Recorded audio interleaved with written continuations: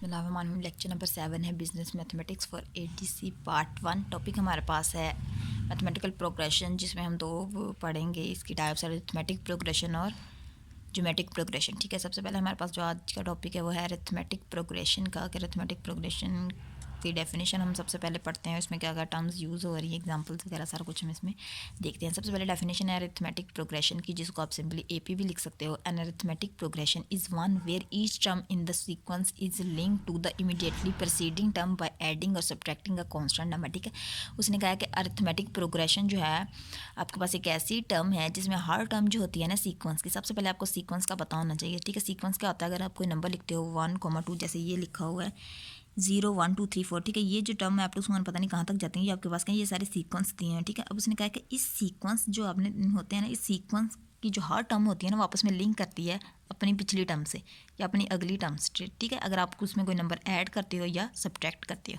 उसमें जो आगे उसके हैं कॉमन डिफरेंस आपके पास क्या होता है?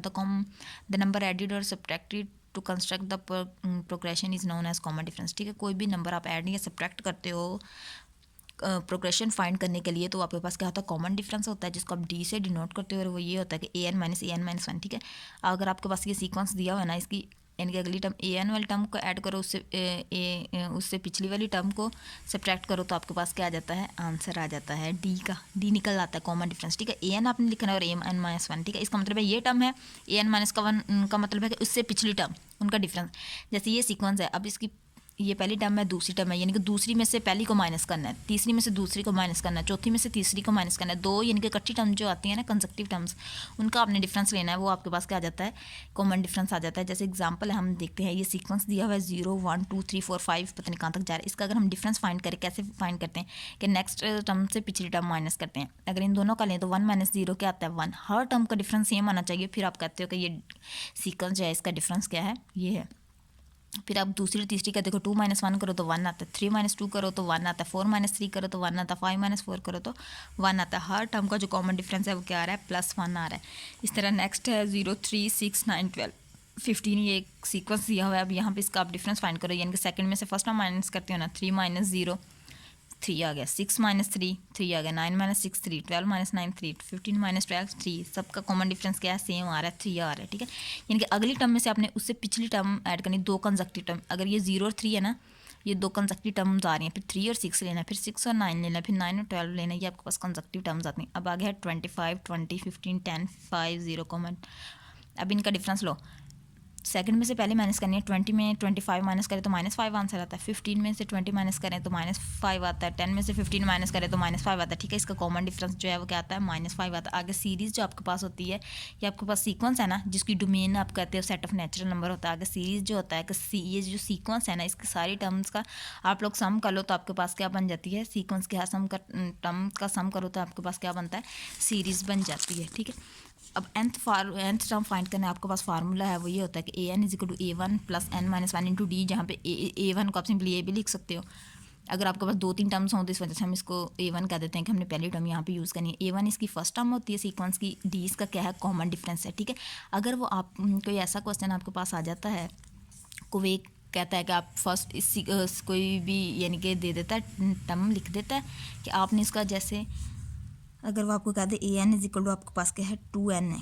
ठीक है, 2n दे दिया। अब वो कहता है कि इसकी फर्स्ट 4 टर्म्स आपने फाइंड करनी है, तो आप क्या करोगे? a1 फाइंड करने के लिए 2 × ये 2 इसकी पहली टर्म आ गई, n को 2 पुट करोगे तो 2 × 2 4, 3 पुट करोगे तो 2 × 3 6 आ गया। ठीक है, ये जो आपके पास इसकी क्या आ जाएगी? सीक्वेंस की फर्स्ट 3 टर्म्स आ जाती हैं। ये कहते हैं n को 1 पुट करो, n को 2 पुट करो, ये आंसर आता है, n को 3 पुट करो, ये आंसर आता है। ठीक है, अगर वो कह दे कि अगर अपने फर्स्ट 2 टर्म्स या फर्स्ट 3 टर्म्स किसी भी सीक्वेंस की कैलकुलेट करनी है, तो आगे इसने कह दिया कि फाइंड द ए टर्म। अगर a1 उसने 10 दे दिया, d क्या दे दिया? 5 दे दिया। 8th टर्म हमने फाइंड करनी है, एन जो टर्म हमने फाइंड करनी है, जैसे 8th टर्म मतलब n इसका क्या है? 8 है, a1 क्या है? 10 है, d 5 है। इस फार्मूला को लिखा, इसमें n क्या है? 8 है ना, 8 = a1 फर्स्ट टर्म क्या है? 10 प्लस n क्या है? 8 -1 इंटू डिफरेंस क्या है? 5 है। 8 - 1 क्या आ जाएगा? 7 7 को 5 से मल्टीप्लाई करें, 35 + 10 45, तो इसकी 8th टर्म क्या आ जाएगी? 45 आ जाएगी। आगे क्वेश्चन नंबर 1 है calculate the 6th and 11th term of the sequence of the series which starts at 7 and has a common difference 6। ठीक है, उसने कहा कि 6 और 11 टर्म्स आपने सीरीज़ की फाइंड करनी है जो कि किससे स्टार्ट होती है 7 से, और इसका कॉमन डिफरेंस क्या है 6 है, यानी कि डी की वैल्यू 6 दे दी है, ए की वैल्यू 7 दे दी हुई है। तो आपने 6 और 11 फाइंड करनी है। सबसे पहले एन 8 रखेंगे तो सॉरी एन 6 रखेंगे तो क्या आ जाएगी 6 टर्म आ जाएगी। जहाँ जहाँ पे अभी यहाँ पे 8 लिखा है ना वहाँ पे आप 6 लिख दो।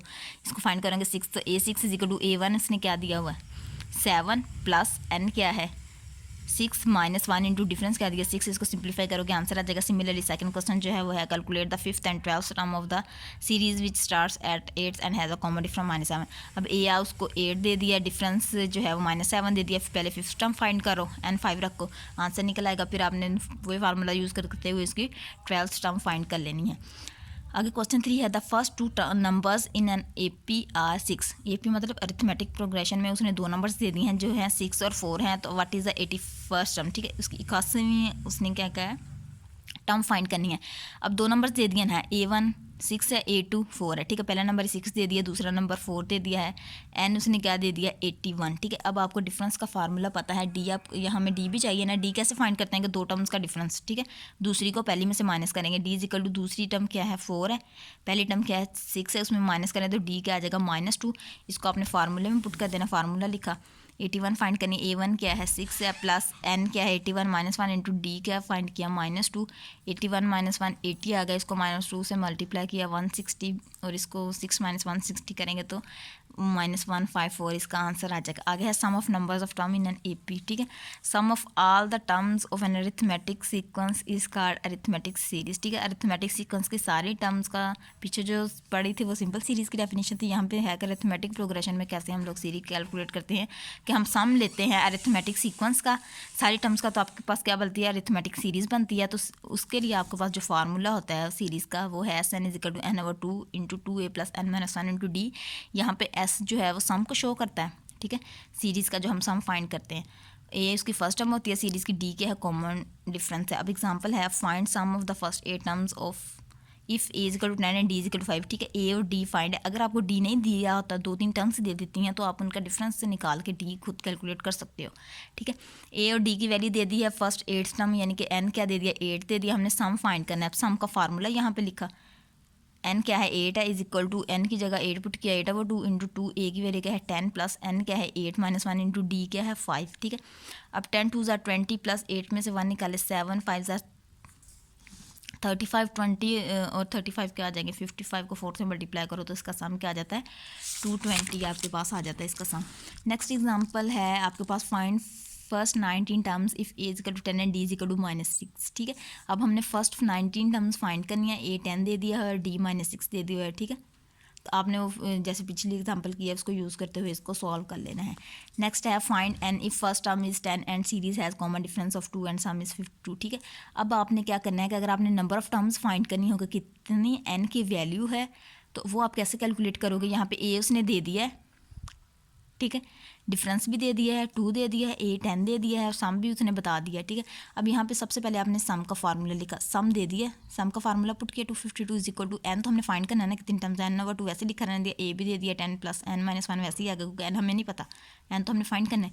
डी लिखा 2 आ गया, ये 2 डिवाइड हो रहा है, इधर आकर मल्टीप्लाई हो जाएगा, ये चीज़ बनती है, ये आ जाएगा 10 प्लस 2n -2, 10 -2 8 प्लस 2n आ जाएगा, तो इसको अंदर मल्टीप्लाई करो 8n प्लस 2n स्केयर आ गया इक्वल टू 54। इसको सिंप्लीफाई करो एक साइड पे ले जाओ, 2n स्केयर प्लस 8n ये इधर आकर -540 2 कॉमन ले लो तो क्या बन जाएगा n स्केयर प्लस 4n -252 अगर कॉमन आ रहा है तो इक्वल टू 0। अब पता है 2 एक कॉन्स्टेंट नंबर जो तो 0 नहीं हो सकती, इसका मतलब अंदर वाली टर्म 0 होगी, वो आ गई। अब ये आपके पास एक क्वाड्रेटिक इक्वेशन बन रही है। क्वाड्रेटिक इक्वेशन को सॉल्व करने के हमने 3 मेथड पढ़े थे, आप इसको क्वाड्रेटिक फार्मूला से कर लो, फैक्टराइजेशन से सॉल्व कर लो या कंप्लीटिंग स्केयर से। यहाँ पे हम क्या करते हैं क्वाड्रेटिक फार्मूला लगाते हैं, एन के स्केयर के साथ वाला जो कोफिशिएंट होता है वो ए का होता है, ए क्या है 1, बी एन के साथ वाला बी का बी 4 है, सी क्या है -252 4 है। अब फार्मूला लिखा है equal to -b plus -b square -4ac square root over 2 है। यहाँ पे b की वैल्यू पुट की 4 प्लस -b का स्केयर 4 का स्केयर -4 इंटू ए की वैल्यू क्या है 1, सी की -252 ओवर 2 इंटू ए की वैल्यू क्या है 1। यहाँ से इसको सिंप्लीफाई किया 4 का स्केयर 16 माइनस प्लस 254 का 4 से मल्टीप्लाई करेंगे 1008 आ जाएगा, 16 ऐड किया है 1024 आ गया, इसका स्केयर रूट लिया तो ये क्या आ जाएगा 32 ठीक है, ये नहीं आएगा, 32 आ गया। अब -4 + 32 आ जाएगा, -4 -32, एक दफ़ा प्लस में एक दफ़ा माइनस में, यहाँ से इसको सिंप्लीफाई करो तो n की वैल्यूज़ आ जाती है। नेगेटिव तो हम लेते नहीं ना, तो n = 14 इसका क्या आ जाएगा, आंसर आ जाएगा। अब इसकी जो फर्स्ट क्वेश्चन है इसका कि फर्स्ट टर्म इज़ 10, ठीक है, पहली टर्म उसने 10 दे दी है, सीरीज़ का कॉमन डिफरेंस 5 दे दिया, उसने कहा how many terms are needed to produce a sum of 352, ठीक है। फर्स्ट टर्म 10 दे दी है, कॉमन डिफरेंस 5 दे दिया। अब हमने कहा, उसने कहा कि how many terms are needed to produce a sum की वैल्यू भी दे दिया, तो हमने n फाइंड करना है जैसे पिछली एग्जांपल से किया है। नेक्स्ट आपके पास है how many terms of the series -7 + -5 + -3, ठीक है। यहाँ से अमाउंट 65 ये आपने फाइंड करना है। और उसके बाद आप find the general term and 11th term of the AP whose first term is 2 and common difference 3, ठीक है। फर्स्ट टर्म 2 दे दिया है और उसका डिफरेंस -3 दे दिया है। आपने जनरल टर्म फाइंड करनी है और 11th टर्म फाइंड करनी है। 11th टर्म फाइंड करेंगे तो n को 11 रख लेंगे, जनरल फाइंड करेंगे तो n को वैसे लिखा रहने देना है।